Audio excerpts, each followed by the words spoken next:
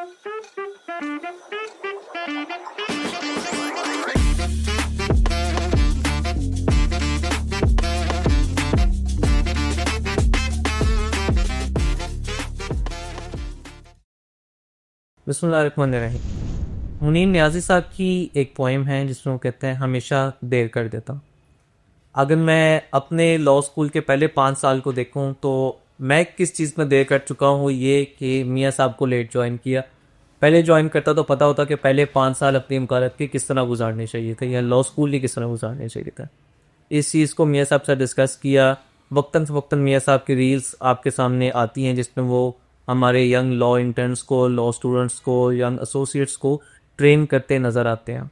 बहुत कम सीनियर्स हैं जो सिखाना पसंद करता हूँ इस ऑनेस्टी के साथ, इस लॉयल्टी के साथ, इतनी मेहनत के साथ सिखाना पसंद करते हैं।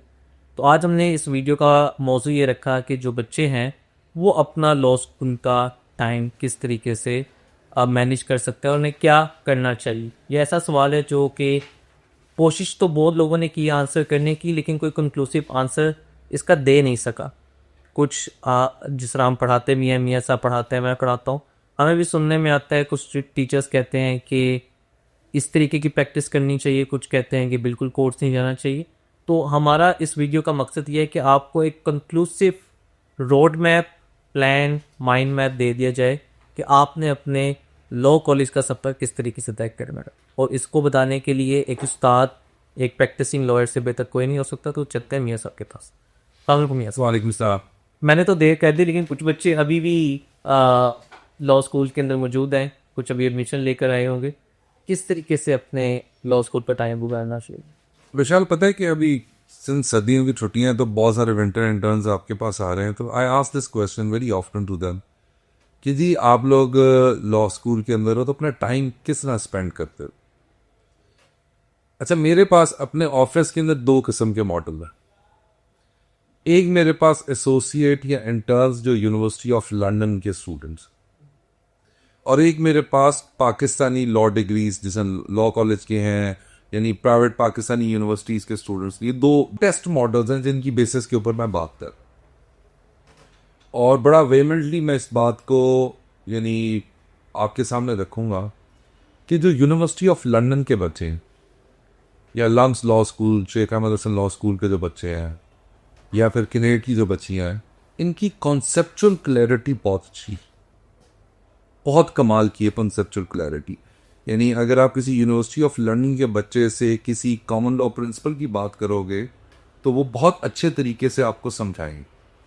वेयर एज अगर आप पाकिस्तानी जो बच्चे हैं, जो पाकिस्तानी लॉ डिग्री कर रहे हैं, उन बच्चों से बात करोगे तो उनकी कॉन्सेप्चुअल क्लैरिटी इतनी अच्छी नहीं होती। I mean they can tell you what is that, but उसके पीछे बैक एंड फोर्थ क्या स्टोरी थी, उसका आगे क्या को, इसके ऊपर नहीं। सो ये दो मॉडल्स हैं। सो मैं जो भी सजेशन आपको दूंगा, इसके आपने दोनों मॉडल्स को ज़हन में रखते हुए आपने उसको देख।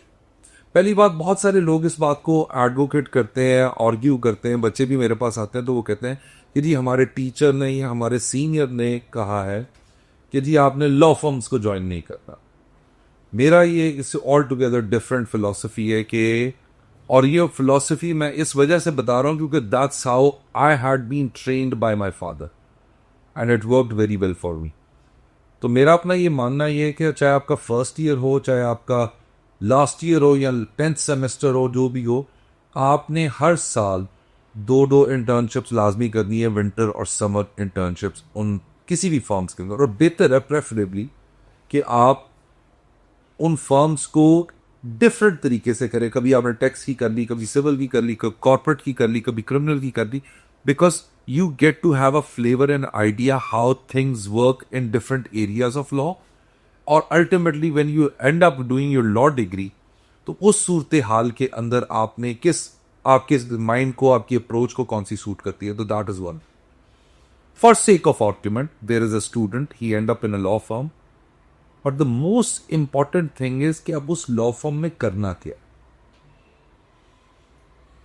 ये जरूरी नहीं है विशाल कि उस लॉ फर्म्स के क्लाइंट आपको याद रखें कि आप उस लॉ फर्म के इंटर्न। ये जरूरी नहीं है विशाल कि आपके पेरेंट्स को पता हो आप उस लॉ फर्म के अंदर इंटर्नशिप करते हैं। ये ज़रूरी ये भी नहीं है कि आपके ऑफिस के जो पीयर्स हैं, जो आपके सीनियर्स हैं, उनको बताओ आपने इस लॉ फर्म में काम किया, बट ये बिल्कुल ज़रूरी है कि उस लॉ फर्म के सीनियर पार्टनर को पता हो कि दिस गर्ल और गाय हैज़ अ स्पार्क, और उसको आपको पता होना चाहिए कि यू हैव वर्क फॉर। उससे होता क्या कि जब आप लॉ फर्म के अंदर हैं तो आपका जो सीनियर है, आपका जो सीनियर पार्टनर है, वो आपको स्पॉट कर लेता है कि यार इस लड़के या लड़की में स्पार्क है, इंक्विजिटिवनेस है, इसके अंदर रिसर्च की स्किल है, इसकी ड्राफ्टिंग स्किल बहुत अच्छी है। सो कल को जब इसने लॉ डिग्री कर लेनी है तो I am going to offer that person. So that is one thing. दूसरा, ज्यादा जरूरी है अपने लॉ स्कूल के, मेरी दफा 3 था, आपकी दफा 5 था, अब 4 से आ लो। सो इन 4 सालों के अंदर आपने उस लॉ फर्म के अंदर टोटल क्लैरिकल और पैरालीगल काम कर रहे। Trust me Vishal, you will learn a lot. आप किसी फर्म में जाते हो और आपको वो फाइल पकड़ा देते हैं, उससे कोई फायदा नहीं होना, बिकॉज अभी आप बिल्कुल ऑर्गेनिक और रॉ मटेरियल हो। आपको अभी हो सकता है कि पहले 1-2 सेमेस्टर्स के अंदर तो आपने लॉ पढ़े भी ना, आपके दूसरे सब्जेक्ट्स होते हैं। तो आपने उस ऑफिस के अंदर फाइलें कैसे होती है, डॉक्यूमेंटेशन कैसे होती है, उस ऑफिस के अंदर अदालतों के अंदर तारीखें कौन किस तरह लेने जाता है, उस ऑफिस का क्लर्क फाइल्स को कैसे मैनेज करता है, उस ऑफिस के अंदर फाइलें किस तरह आप मैनेज होती हैं, फाइलिंग किस तरह होती है, दावा किस तरह दायर होता है, बेल किस तरह दायर होती है। उसके बाद जो एसोसिएट, सीनियर एसोसिएट्स काम कर रहे हैं, जो कि आजकल बड़ी नाखल्फ इंटर्न्स हो गए हैं, जो कि सीनियर को कुछ समझते नहीं है, लेकिन उनको ये पता होना चाहिए कि सीनियर अगर कोई रिसर्च कर रहा है तो वो कैसे कर रहा है, वो किस चीज़ के ऊपर काम कर रहा है। सो ये वो टाइम है। तो once you are in a law firm, how you do they. University of London के बच्चों का विशाल एक बहुत बड़ा प्रॉब्लम लैंग्वेज का प्रॉब्लम, कि उनकी जुबान के अंदर, और स्पेशली जेन जी जो है, वो तो अब अंग्रेजी भी नहीं बोलते, उसकी बड़ी नूब और पता नहीं कौन कौन सी लैंग्वेजेस इस्तेमाल करते हैं, अपने जार्गन इस्तेमाल करते हैं। बट पाकिस्तान में प्रैक्टिस करने के लिए ये बहुत ज़रूरी है कि आपको एक अच्छी रवानी से उर्दू पढ़नी आनी और लिखनी चाहिए। मैं आपको बता रहा हूं उसकी वजह क्या। लाहौर के अंदर आप प्रैक्टिस कर रहे हैं, इट्स फाइन, इंग्लिश में दावा लिखा हुआ है, लेकिन आज भी पुराने जो दिग्गज किस्म के दीवानी के वकील हैं वो दावा उर्दू में लिखते हैं। लेकिन मुफस्सल में आप जाओगे, आप क्या कहते हैं, तहसीलों में जाओगे, आप सब तहसीलों में जाओगे, वहाँ दावा, जवाब दावा, मुतफर्रिग दरख्वास्तें, जमानत, उसके बाद निगरानियाँ, उसके बाद अपीलें, ये तमाम की तमाम उर्दू ज़ुबान के अंदर होती हैं। तो आप अगर आपके क्लाइंट ने लाके आपको एक फ़ाइल दी है और वो उसके अंदर दावा, जवाब दावा, जमानत, निगरानी, अपील उर्दू में लिखी हुई है, and you are struggling to read that, and you are struggling to even respond to those queries written in those pleadings, तो आपका क्लाइंट वहीं से आपसे स्लिप होना शुरू हो जाएगा। तो इन 4 सालों के अंदर आपने अपनी जुबान पे काम करना। सो आपकी उर्दू खास तौर पे जो ना, वो यूनिवर्सिटी ऑफ लंदन के मैं बहुत सारे बच्चों को कहता हूँ सर FIR पढ़ो, वो FIR की 2 लाइनें नहीं सही तरह पढ़ पा रहे होते। और इसी तरह पाकिस्तानी स्टूडेंट्स की अंग्रेजी बहुत घटिया होती है, कि उनकी जुबान में ना कोई सीक्वेंसिंग है, ना कोई कोहेरेंस है, ना किसी किस्म की उनकी ग्रामेटिकल सही है उनका। सो पाकिस्तानी बच्चों को अपनी अंग्रेजी जुबान के अंदर, और जो यूनिवर्सिटी ऑफ लंदन के बच्चे हैं, इनको अपनी उर्दू जुबान के ऊपर इन 4 सालों में काम करना चाहिए।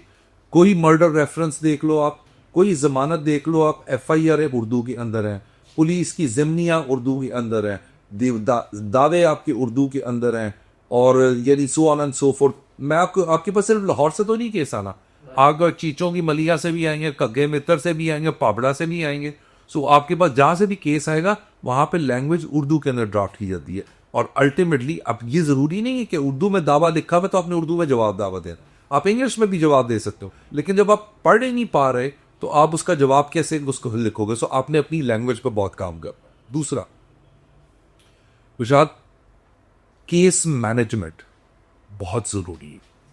यानी आप जब किसी लॉ फर्म के अंदर जाते हो, ये ज़रूरी नहीं है कि एक बंदा आया, उसने विशाल को वकील कर लिया और उसके बाद उसकी बेल हो गई या बेल खारिज हो गई या रिमांड जीत गए या रिमांड हार गए या केस ट्रायल किया, आप ट्रायल जीत गए या ट्रायल हार गए। सबसे इंपॉर्टेंट बात जो सीखने वाली है किसी भी फर्म के अंदर कि how Vishal handles the client. क्योंकि सिर्फ विशाल ने या अली ने सिर्फ एक केस तो नहीं लेना। एक अच्छा और कामयाब वकील वही वकील है जिसके पास वही क्लाइंट आगे भी केस रेफर करे। एक दफा केस सबके पास आएगा, ये जो राज़िक अल्लाह ताला की ज़ात है वो आपको मिलना ही मिलना, लेकिन उस प्रोसेस में, उस ड्यूरेशन में आपने उस फॉर्म में सीखना है कि आपका जो सीनियर पार्टनर है, आपका जो सीनियर एसोसिएट है, how he handles the client. Sometimes आपको बहुत प्यार से बात कर रहे होते हैं, समटाइम्स आप थोड़ा रिजिड हो जाते हैं, समटाइम्स आप कमांडिंग पोजीशन में आ जाते हैं। तो ये तमाम टेक्निक्स को सीखना जो है ना एक फर्म के अंदर बहुत जरूरी है। अच्छा, यूनिवर्सिटी ऑफ लंदन, मेरा एक्सपीरियंस ये है कि यूनिवर्सिटी ऑफ लंदन के बच्चों की रीडिंग स्किल्स बहुत अच्छी थी और उन्होंने बहुत सारे नॉवेल्स भी पढ़े होंगे, सीरीज भी देखी होंगी। वेराज जो पाकिस्तानी बच्चा है उसकी रीडिंग मौजूद होगी, लेकिन वो रीडिंग कौन सी होगी? नॉवेल्स होंगे, डाइजेस्ट होंगे, लॉ से रिलेटेड नहीं होंगे। सो आप कोशिश करें कि अपने इन 4 सालों में मल्टीफेरियस रीडिंग करें। यानी आपके पास सिर्फ लॉ का नॉलेज होना काफी नहीं है to be a good lawyer. You need to have extensive study. आपको फिलॉसफी का भी पता होना चाहिए, आपको क्या कहते हैं पॉलिटिकल साइंस का भी पता होना चाहिए, आपको हिस्ट्री का भी पता होना चाहिए, आपको मूवीज का भी पता होना चाहिए, आपको लिटरेचर का भी पता होना चाहिए। सो इन 4 सालों में अपनी लॉ की स्टडीज के साथ साथ आप इन सारी चीजों को भी पढ़ें, लाजमी पढ़ें। अब तो बहुत सारी हर चीज आपके पास इलेक्ट्रॉनिकली अवेलेबल। अगर कोई बंदा वजीराबाद में बैठ के या नोडेरो फिरोज के अंदर बैठ के कहे जी कि मेरे पास एक्सेस नहीं है, everything is available, you just name a book, वो आपको इलेक्ट्रॉनिकली अवेलेबल है। यूनिवर्सिटी ऑफ लंदन के बच्चों का इंग्लिश लैंग्वेज बहुत अच्छी है, लेकिन उनकी इंग्लिश लैंग्वेज में फॉर्मेलिटी नहीं है, फॉर्मल नहीं है, कैजुअल है। पाकिस्तानी बच्चों की अंग्रेजी अच्छी है, ठीक है, लेकिन उनके अंदर भी वो फॉर्मेलिटी का इशू है। सो जब आप किसी फर्म में बैठे हो या फर्म में काम कर रहे हो तो आपने ये देखना है कि आपका सीनियर जो है जब अदालत के अंदर आपको लेके जा रहा है कि वो कोर्ट के साथ कैसे एड्रेस कर रहा है, कौन से ऐसे पर्टिकुलर जार्गन्स हैं जिनका वो इस्तेमाल करने लगा हुआ है, कौन से ऐसे अल्फाज हैं वो सबमिसिवली बात कर रहा है, समटाइम वो एग्रेसिवली बात कर रहा है। तो इन तमाम टेक्निक्स को सीखना और कीन ऑब्जर्वर होके देखें। वकालत के अंदर अगर आपके पास कैपेसिटी टू कीन ऑब्जर्वेशन नहीं है तो that means you are not good. आपकी कीन ऑब्जर्वेशन होनी चाहिए अपनी सोसाइटी के इर्द गिर्द, अपने दोस्तों के इर्द गिर्द, अपने रिलेटिव्स के इर्द गिर्द आपकी बड़ी कीन ऑब्जर्वेशन, क्योंकि कोई कीन ऑब्जर्वेशन आपने की हुई है वो आपको किसी ना किसी मुकदमे के अंदर जो है ना वो फायदा देती है। अच्छा, एक चीज जो मैं बहुत वेमेंटली सारा वो कहता हूं, जो कि मुझे यहाँ कहनी नहीं चाहिए, हमारा जो मूटिंग सिस्टम है ना, मेरा बड़ा इख्तलाफ है इसके साथ। क्योंकि मूटिंग के अंदर ऐसी ऐसी चीजें आपको बताई जाती हैं जिनका प्रैक्टिकल रेलेवेंस नहीं। हाँ, मूटिंग के अगर कोई रूल्स वगैरह हों तो फिर आप उनको फॉलो कर सकते हैं, बट कोशिश ये करनी चाहिए कि जिस तरह का पैटर्न अदालतों का है उन्हीं तरह के पैटर्न्स मूट के अंदर अडॉप्ट करने चाहिए। अब कभी आपने रोस्टर पे जाके madam chief justice Aliya Neelan साहिबा को कहा may please be this court? हर मूटर आके सबसे पहले may please be this court ये बात करता है। You just come on the facts, this is my petition, so on and so forth. फिर उसके बाद may I take you there, may I take you there, अच्छा I want to assist this course, these kind of things should be avoided. अपनी एक scheme से आपने अपने senior को ऑब्जर्व करना है कि मैं आपको आपस की बात बताऊं, मैं अक्सर वीडियोस में भी कहा जिस बंदे से मैं सीखना था that was my father and did not had the ample time to learn from him. तो मैंने लोगों को देख देख के सीखा, यानी मैंने एक बकायदा तमाम यंगस्टर्स के लिए एक वीडियो पिछले सेशंस में बनाई थी जिसके अंदर मैंने आपको कुछ टेक्निक्स बताई थी अपनी बॉडी लैंग्वेज को यूज करने की, जुबान को यूज करने की। और बहुत सारे लोग I know this for a fact कि वो ये कहते हैं कि आप बकवास कर रहा होता है, ये कौन सी कोई चीज़ें हैं। देखो, इंसान के अंदर इंप्रूवमेंट के चांसेस होते हैं, आपने हर वक्त कोशिश करनी है, इंप्रूवमेंट करनी है और उसको बेहतर से बेहतर करना है, इर्रिस्पेक्टिव लोग क्या बात कर रहे हैं। यानी आप अगर मुफस्सल की बात करें, आप मिडलैंड्स की बात करें, सबर्बन एरियाज की बात करें, तो लोग कहते हैं कि जी हम वहाँ अंग्रेजी में कैसे बात करें, जज भी मजाक उड़ाता है, साथ वाले को मजाक उड़ाता है। सो अगर तो आपका मकसद वहाँ पे ही वकालत करना है, तो फिर अगर आप समझते हैं कि यू बिकम ऑकवर्ड, तो उर्दू के अंदर खलीस, उर्दू के अंदर सलीस, उर्दू के अंदर आप आर्ग्यू करें तो कोई मसला नहीं है। यानी लैंग्वेज जो है ये तो कम्युनिकेशन का दे है। यानी बहुत सारे अक्सर लोग आपको कहते हैं यार तुम्हारी वीडियोस बड़ी टिकटॉक पे आती हैं और ये वो, तुम टिकटॉकर हो रही हो। This is a mode, medium mode जिसके थ्रू आपकी जो इंफॉर्मेशन है वो डिसमिनेट हो रही है, उसका एक मीडियम वो यूट्यूब भी है, वो फेसबुक भी है, वो लिंक्डइन भी है, वो so on and so forth. So आपने वहां पे अपने आप को इस तरह एस्टैब्लिश करना है कि अगर उर्दू में बात करनी है it should be like that. अच्छा, अमूमन जो एक चीज़ देखने में आती है वो ये है कि इंटर्नशिप तो बच्चे किसी ना किसी तरीके से ज्वाइन कर लेते हैं, लेकिन वो कहते हैं कि हमारा सर्वाइवल थोड़ा मुश्किल हो जाता है, क्योंकि इंटर्न ने ऐसा कुछ he can not bring something to the table, उसे सिर्फ लेकर ही जाना, सीखना ही। तो कोई सीनियर जो है उनको बहुत ज़्यादा पे भी नहीं करते, स्टाइपेंड थोड़ा ही होता है, पेट्रोल का खर्चा ही होता है। तो वो यंग बच्चा सर्वाइव किस तरह करे? यार मैंने ना इसके ऊपर बड़ा ब्रेनस्टॉर्म किया। देखो अगर आप एक एसोसिएट तो अच्छी सैलरी दे रहे हो, तो इंटर्न वो आप नहीं दे सकते, because that's not how things.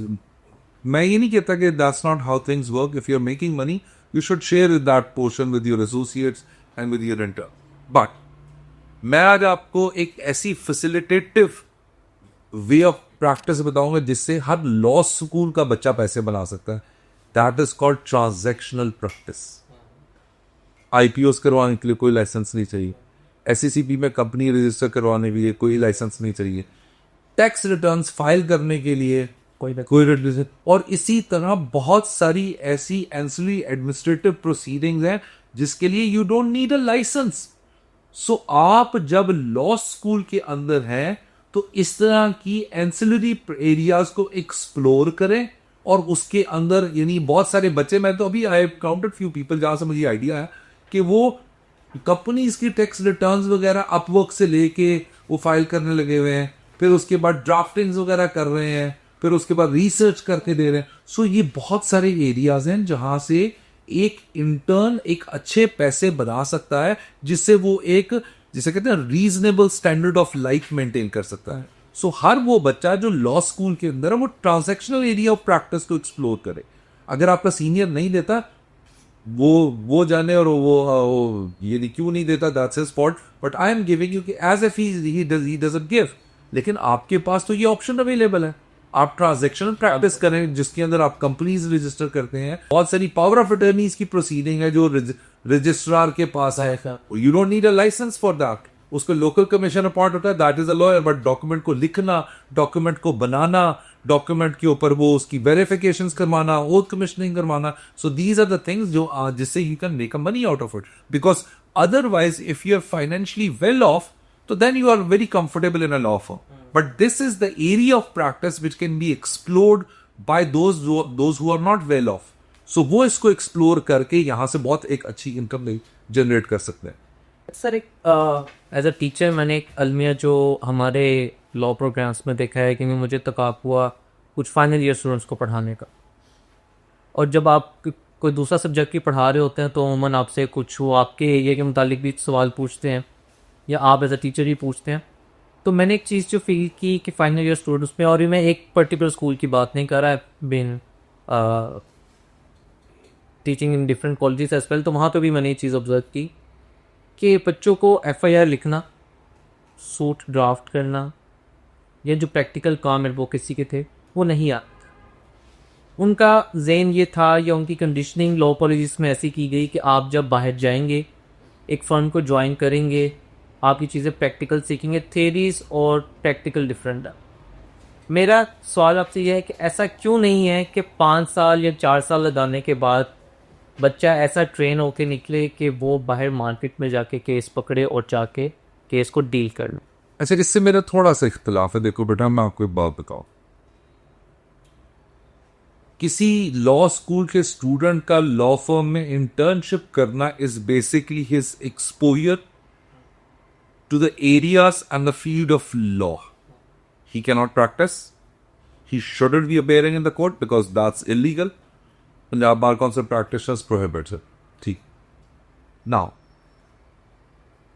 मेरा अपना ये जाती मानना है कि किसी भी वकील को जब किसी सीनियर को ज्वाइन करता है तो ही मस्ट 2 से 3 साल he must work with him, क्योंकि हर वक्त बेल नहीं होती, हर वक्त रिमांड नहीं होता। या इसको मैं इस तरह रीफ्रेज करता हूं कि फौजदारी वकालत बेल नहीं है, फौजदारी वकालत रिमांड कंटेस्ट करना नहीं है, यानी it's one of the parts, but trial conduct करवाना, एविडेंस रिकॉर्ड करवाना, उसके बाद अपील ड्राफ्ट करना, अपील आर्ग्यू करना, बहुत सारी डिफरेंट लेयर्स ऑफ प्रैक्टिस हैं जो कि आप over the period of time समझते हैं, जो कि आप लॉ स्कूल के अंदर पढ़ते हुए प्रैक्टिकल एस्पेक्ट तो देख सकते हैं, बट टेक्निकल एस्पेक्ट के किस तरह पिटीशन ड्राफ्ट करनी है, कौन, वो आपको लाइसेंस मिलने के बाद ही मिलती। हाउएवर, कुछ लोग बहुत शार्प होते हैं, बहुत तेज होते हैं, बहुत चालाक होते हैं कि वो उन्हीं 5 सालों में ये चीजें सीख जाते हैं, तो उसके बावजूद भी उसको फॉर्मल शागिर्दी में रहना चाहिए, बिकॉज वो बहुत जरूरी होता। सो ये नहीं कहना चाहिए कि आप फौरन से पहले इंडिपेंडेंट हो जाए, दैट्स नॉट पॉसिबल, बिकॉज अभी तो आपके पास हाई कोर्ट का लाइसेंस नहीं है, you don't have the clients unless you have the clients. So इस वजह से जो आप पहले 2 साल है वो तो आप नीचे वाली वकालत कर सकते हो, लेकिन हाई कोर्ट का लाइसेंस लेके then also work for 1 or 2 years, और उसके बाद फिर आपको इंडिपेंडेंट होना चाहिए। But in all eventualities it all depends कि how you have utilized the time you had in the law school. अब एक बच्चा जो कि लॉ स्कूल के ड्यूरेशन में तमाम इन एंड आउट को देख रहा है किसी लॉ फर्म के अंदर, और एक वो बच्चा जो 24 घंटे अपना सर किताबों में देके बैठा हुआ है कि उसे 2.1 डिग्री करनी है, उसे टॉप करना है, और ये वो सर, उसको प्रैक्टिकल एस्पेक्ट नहीं है। So once both of them get the licence they are at par. अब गेम ये है कि जिसको प्रैक्टिकल एस्पेक्ट ज्यादा आता है, he will be more shining in comparison to the one जिसने पोजीशन ली है। बट वो पोजीशन लेने वाले को स्कॉलरशिप मिल सकता है, आगे LLM अच्छी यूनिवर्सिटी से हो सकता है, बार अच्छी यूनिवर्सिटी से हो सकता है, but at the end of the day you have to decide कि you have to pursue your career in academics और प्रैक्टिस। सो प्रैक्टिस जो है ना, प्रैक्टिकल एस्पेक्ट वो लॉ फॉर्म से लाजमी लेना चाहिए, ताकि, और ये 4 साल पूरे लेना चाहिए। बहुत सारे लोग might criticise and disagree, but मेरा ये मानना है, बी दैट में student of University of London और पाकिस्तानी, उनको 4 साल विंटर समर इंटर्नशिप करनी चाहिए। और यानी जरूरी तो नहीं होता हफ्ते के पूरे 5 दिन आपकी लॉ की क्लासेस हो रही है, जो दिन फारिग मिले go to that for work. Sir कई दफ़ा अमूमन देखने में आता है कि students are not very clear कि उन्होंने आगे प्रैक्टिस करनी है कि नहीं करनी। इवन फाइनल ईयर स्टूडेंट्स भी, आप उनसे अब बिलखसूस तबा 3 से जो बच्चे हैं उनसे आप पूछते हैं कि बच्चे आपने आगे प्रैक्टिस करनी है, तो कहता है सर अभी देखेंगे, you have not decided it. जो कि बहुत बड़ा अलमिया है कि अगर आप 5 साल या ज़िंदगी के 4 साल किसी फील्ड में दे रहे हैं, तो फर्स्ट डे से आपको पता होना चाहिए कि हफ्ते ज़्यादा भी है, हमें तैयार करना क्या है। तो इसलिए इसकी चीज़ के लिए आप स्टूडेंट्स को क्या कहेंगे? यार इसके लिए मैं सिर्फ और सिर्फ बुर्द इल्ज़ाम ठहराऊंगा तमाम law schools with an exception of 2 or 3, कि जहां पे पूरा करियर काउंसलिंग डिपार्टमेंट, और मुझे पता चला है कि अभी रिसेंटली शायद पाकिस्तान लॉ कॉलेज के पास ये करियर काउंसलिंग डिपार्टमेंट अलाउंस के पास रहा है, जो गाइड करते हैं बच्चों को कि, और बच्चों की एकेडमिक्स को देख के, प्रैक्टिकल टीचर्स के साथ एक्सपोज करके कि तुम लोगों ने आगे चूज क्या कर पा। और इसीलिए तो मैं आपको बता रहा हूं कि you have all the time in those 4 years to make an experiment. अगर आप उन 4 सालों में भी डिसाइड नहीं ना कर सके कि विशाल साहब ने दीवानी प्रैक्टिस करनी है, फौजदारी करनी है, कॉर्पोरेट फर्म को ज्वाइन करना है, ये किसको करना है, तो अगले 40 साल भी नहीं कर सकोगे। मैं आपको बताता हूँ, बहुत ज्यादा फैंसी लॉ स्कूल से बच्चे आते हैं मेरे पास, आपने नहीं देखा कितने कितने दिन में दौड़ जाते हैं, 1 दिन में, 2 दिन में। फिर ऐसे भी हैं जो गुजरा वाला जाएंगे केस करने, वापस आएंगे तो अगला 1 महीना नहीं आएंगे कि कमर दुख रही है, बाजू दुख रहा है और टांगे दुखने लगी नहीं है, बड़ी गंदी थी, बड़ी स्मेल थी, बड़ी मट्टी थी उधर। It all depends on your temper, और ये आपने उन्हीं 4 सालों में डिसाइड करना है कि आपने टॉप नॉच लॉ फर्म जो कॉर्पोरेट की है, कमर्शियल की है, ट्रांजैक्शनल है, सिविल है, कमर्शियल है, फौजदारी है, सिविल है, कि टैक्स की है, किधर आपने जाके काम करना है, और then stick to the yourself to that particular area and try to excel in that. अभी सर आपने एक बात की कि जिस तरह बच्चे डिफरेंट व्यूज़ देते हैं, ऐसी भी चीज़ नोट की है हमने कि हर लॉ कॉलेज बिलखसूस साल में एक दफ़ा अपने फाइनल ईयर स्टूडेंट्स को सुप्रीम कोर्ट या हाई कोर्ट का एक टूर करवाते हैं। अब आपके पास भी बहुत सारे बच्चे फैंसी लॉ कॉलेज से आते हैं, और जब हमारे साथ किसी कचहरी में पेश होते हैं, कैंट मॉडल टाउन या ज़िला कचहरी में, तो पहली चीज़ ये आती है कि यहाँ पे प्रैक्टिस करनी है। ये तो अदालतें, तो इससे बड़े तो हमारे वॉशरूम हैं अंदर की। तो डोंट यू फील कि ये अलमिया है कि जब आप बच्चों को 4 साल में इसका एक्सपोजर ही नहीं देते, अदालतों में नहीं जाते, फिर वो यहाँ पे आके जब उनके जहन में सिर्फ हाई कोर्ट और सुप्रीम कोर्ट है, वो यहाँ पे तो आके आपको जिन्होंने ये बात की होती है फिर उनके साथ मैं करता क्यों? हमारे लिए तो that is the most secret place, क्योंकि विशाल साहब, मैं आप, हमारे कोई बिजनेस तो है नहीं, हमारी ब्रेड एंड बटर हमारी वकालत है, और यहाँ से हम हक हलाल की जो है ना वो कमा के लेके जाते हैं अपने बच्चों के लिए। सो हमारे लिए तो दैट इज, मस्जिद के पास कोई मोस्ट सीक्रेट जगह, दैट इज दी अदालत, जहाँ से हम रिस्क कमाते हैं। सो अगेन यूर राइट, ये एक्सपोजर ज़रूरी है, और बहुत सारे लॉ स्कूल ने शुरू किया है, बट विशाल साहब एक दिन से नहीं फर्क पड़ता।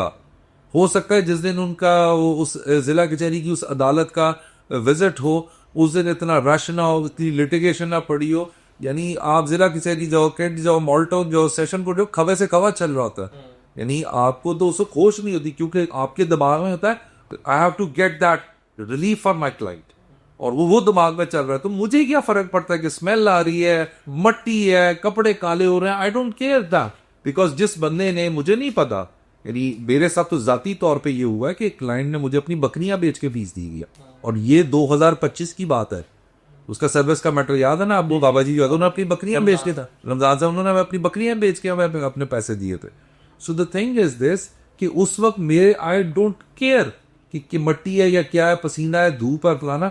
आपने ये सब चीजें तरबियत के, जैसा आप किसी लड़की से मिलो, किसी बच्चे से मिलो, वो तमीज से आपसे बात करें, सलाम करें, अदब के साथ बैठें, ये तरबियत होती है। सो इसी तरह इन यंग बच्चों की जो वकालती तरबियत है, वो इन लॉ स्कूल्स की जिम्मेदारी है कि वो इनकी तरबियत इस तरह करें कि दे शुड नो कि पटवारी के पास पेश होना है तो कैसे होना है, तहसीलदार की भी अदालतें होती हैं, ADCLR की भी होती हैं, जिला कचहरियां भी हैं, सिविल कोर्ट्स भी हैं, तो ये तो हमारे लिए तो बहुत सीक्रेट प्लेसेस हैं। सो इसी तरह दैट शुड ट्रांसफर, और आहिस्ता आहिस्ता हाईकोर्ट में, मुझे एक बात बताऊँ ना, कौन सी गिनती के जजेस हैं जिनकी अदालतें बड़ी हैं। अभी हम लोग पेश हो रहे हैं, जो न्यूली एलिवेटेड जजेस हैं, उनकी अदालतें देखो जरा, सांस नहीं बंदा ले सकता, लेकिन वो भी बैठे काम कर रहे हैं, हम भी बैठे उधर काम कर रहे हैं, बाहर खड़े हैं और धक्के मार के अंदर घुस रहे होते हैं। That's how it is. But in all eventualities, यानी इन बच्चों को ये बताना और इसका एक्सपोजर देना, इस चीज का फ्लेवर देना जरूरी है रेगुलर कॉन्टिन्यूस बेसिस पे। सो ये लॉ स्कूल के अंदर जो है ना, ये चीज बहुत होनी चाहिए। और दूसरा बेटा, मैं आप लोगों को एक बात बताऊं, politics is not about, it's as you know as good as anything, लेकिन इंटर्न्स खास तौर पे उनका कोई काम नहीं है वकला की सियासत के अंदर बैजेस लगाएं, उसके बाद क्या कहते हैं, आपने देखना है, 100 दफा देखना है, but indulging into practice is not your domain, जो कि ज्यादातर पाकिस्तानी लॉ स्कूल के बच्चे इंडल्ज होते हैं। हर इलेक्शन में हम अपनी आंखों से देखते हैं। और इसी तरह once you are the licensed attorney, ये यानी ये हमारे जिसे कहते हैं ना कि वो यानी पार्ट एंड पार्सल है पॉलिटिकल, जो लॉयर्स की पॉलिटिक्स है, बट वो एक पर्टिकुलर टाइम के अंदर ये अच्छी लगती है। साल के 24 घंटे अगर आप सियासत करते रहोगे तो यू विल नेवर लर्न। और जिन्होंने लर्न किया है कि नहीं किया, उन्होंने ओहदे भी ले लिए हैं, उनकी वकालत भी अच्छी है, you will not learn anything. So interns का लॉ स्कूल के बच्चों का सियासत से कोई ताल्लुक नहीं होना चाहिए। Once you are admitted to the rolls, you have the licence, जिस फर्म में आप काम करते हैं, तो वहां पे भी अपने आप को रिस्ट्रेंट रखें सियासत से, अपनी स्किल पे आपने फोकस करना है। सो that is very important. Sir, क्योंकि हमारी वीडियो काफ़ी ब्रॉड टेंस में लेके गए हैं हम इसको, कोई फानी कंक्लूडिंग रिमार्क या कोई कमेंट आप करना चाहें before concluding the video sir? Mushahid, एक बात जो मैं अक्सर एडवोकेट भी करता हूँ कि ईमानदारी से काम करो, प्रोफेशनल तरीके से काम करो, अपनी स्किल पे फोकस रखो, और क्लाइंट के साथ मुखलिस रहो, और उसके बाद उसे ट्रू रिप्रेजेंटेशन दो। एक अच्छे एटमॉस्फेयर में दो, दिल लगा के मेहनत करो, लॉ स्कूल के 4 साल में डिफरेंट फर्मों में काम करो, उसके बाद ट्रांजैक्शनल प्रैक्टिस करो, उसके बाद क्या कहते हैं आप अपनी नॉलेज बेस टारगेटेड रखो कि मैंने पहले साल के अंदर फ़लसफ़ा पढ़ना है जी बस, दूसरे साल में मैंने लिटरेचर पढ़ना है, तीसरे साल में मैंने पॉलिटिक्स पढ़नी है, चौथे साल में मैंने कोई लॉ और हिस्ट्री का मिक्सचर पढ़ना है। जस्ट इमेजिन क्या लिक्विड गोल्ड वो बच्चा या बच्ची होगी जिसका ये एक्सपोजर है। और ज्यादा नहीं, 2-2 3-3 किताबें एक 365 दिन में 2-2 3-3 किताबें पढ़ना is not a big deal. उसका कॉन्फिडेंस लेवल ही छत पे लगता है यार। Thank you so much sir, and thank to our audience. बहुत ही इंटरेस्टिंग वीडियो रही ये, बिलखसूस हमारे लॉ स्टूडेंट्स के लिए जो हमारी मेजर पूल ऑफ ऑडियंस है। और उनको भी हम ये कहना चाहेंगे, the best time to start anything was yesterday and the second best time is today. अगर आप लोग ये समझते हैं कि आप एक दिन पहले किताब खोल के लॉ पास कर लेते हैं और आप अच्छे वकील ही बन जाएंगे, तो इससे गलत बात कोई हो नहीं सकती। क्योंकि जो प्रैक्टिसिंग वकालत है वो बहुत ही कॉम्प्लिकेटेड, मुश्किल और हार्ड वर्किंग काम है, जो एक दिन में नहीं आती। जिस तरह मैंने वीडियो के आगाज़ में बात की कि मैंने भी बहुत ज़्यादा फैंसी फर्म्स के अंदर काम किया, बहुत ज़्यादा फैंसी NGOs के अंदर काम किया, लेकिन जिस चीज़ में मैंने बहुत देर की वो वकालत सीखने में देर की। तो आप इस चीज़ को हमारे एक्सपीरियंस से सीखें, देर ना करें और उस कन्वेंशनल रवायत से बाहर निकलें कि 5 साल या 4 साल बाद जाके आप ही करना शुरू करेंगे। पहले दिन से शुरू करें और यकीन करें, जो मियाँ साहब ने आपको ये बात बताई कि 5 साल अगर आप इस प्रैक्टिस से गुजर जाएंगे, 3 साल 4 साल आपके अंदर, और एक बच्चा जो उसने बिल्कुल इस चीज़ को नहीं किया, ज़मीन आसमान का फ़र्क आपको देखने में नज़र आएगा और ये आपकी अपनी बेहतरी के लिए होगा। हमने तो कोशिश की है कि हर एस्पेक्ट को इस वीडियो के अंदर डील किया जाए। अगर कोई बात हमसे मिस हुई है या अगर आपका कोई सवाल है, feel free to drop down in the comment box. हम कोशिश करेंगे उस सवाल को एड्रेस करें, और अगर कोई ऐसी बात है जिसका वो हमें अलग से वीडियो बननी चाहिए, तो हम वो भी आपके लिए फैसिलिटेट आपको लाजमी करेंगे, ताकि आपके लॉ करियर, आपकी लॉ स्कूल की जर्नी आसान हो सके। तब तक मियाँ साहब मुझे दीजिए इजाज़त। अल्लाह हाफ़िज़।